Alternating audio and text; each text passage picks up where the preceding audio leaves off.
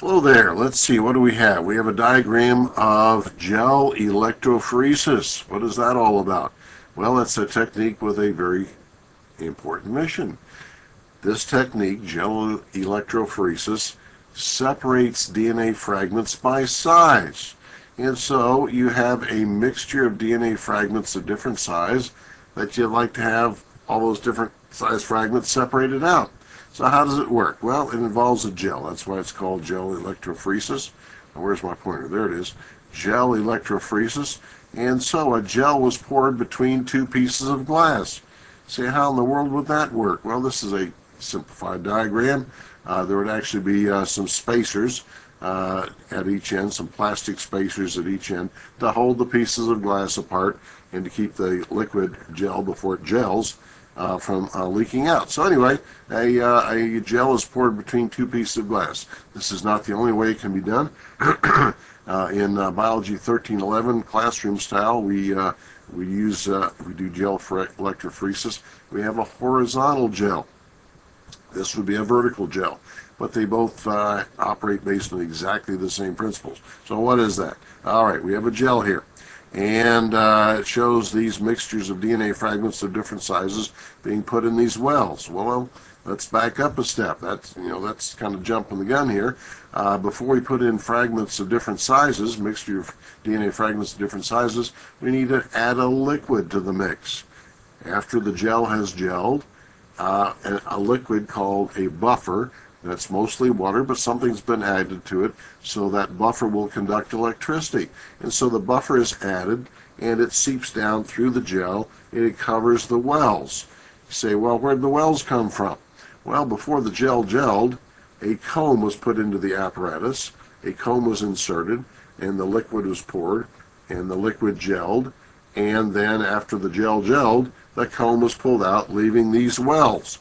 And so we've got the gel with its wells, we've got buffer added that's not shown in this diagram, but the buffer would be covering the wells. The wells would be completely underneath the level of the buffer. So then, mixture of DNA fragments of different sizes are added to the wells. Okay, then the apparatus is hooked up to a power supply, and the electricity is turned on, and the DNA fragments are pulled through the gel. You can't see them; they're invisible. There's ways of figuring out about how far they've gone, but at this point, the DNA fragments themselves are invisible. They are being pulled toward the positive end of the gel. And so there's usually a color coding for positive and negative anodes and cathodes. Which one's red? One's red, one's black. Which one's which? The positive end is what? Red. That's it. It's red. And so the gel jockeys, as they are affectionately called, have a little expression. They say, "Run toward red." So the DNA fragments run toward the red end. They run toward red. And so that makes the DNA fragments what? Positive or negative? The DNA fragments themselves will be negative. They are negative fragments being pulled toward the positive end of the gel. Or at some point the electricity is turned off and some DNA stain is added, and you can see these bands. Okay, we got a picture over here with a bunch of bands. What is each band? Each band is a whole bunch of DNA fragments, excuse me, of a particular size. And so this band right here, a whole bunch of DNA fragments of a particular size. This band right here above it, a whole bunch of DNA fragments of a particular size, but different than this band. And so all the bands are DNA fragments that have been separated based on their sizes. Remember, that's what gel electrophoresis is about, is a technique to do what? Separate DNA fragments by size. Well, what's the idea here?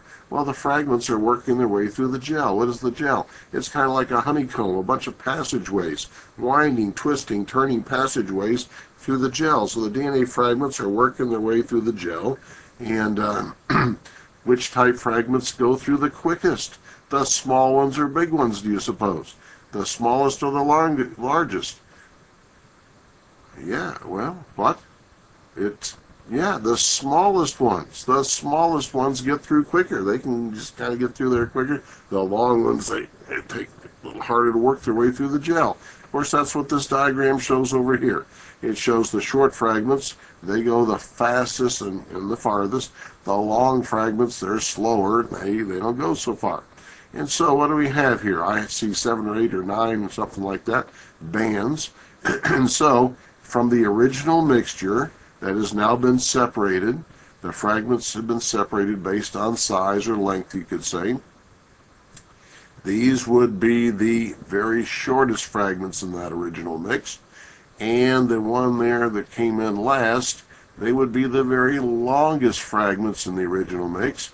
And in between, there would be in between sizes from shortest to longest. And so the DNA fragments have been separated based on size. Now, one more little thing, and that is, it's one thing to know that these are the shortest and these are the longest, but how short and how long are they? How many base pairs? A base pair is an A joined to a T or G joined to a C.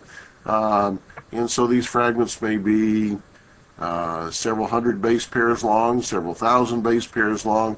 How long are they actually? Well, there's a way of figuring that out. I'm not going to tell you in this particular video, but there's a way of figuring out not just which one's the shortest, which ones are the longest, which ones are in between, but figuring out approximately how long or how short they actually are.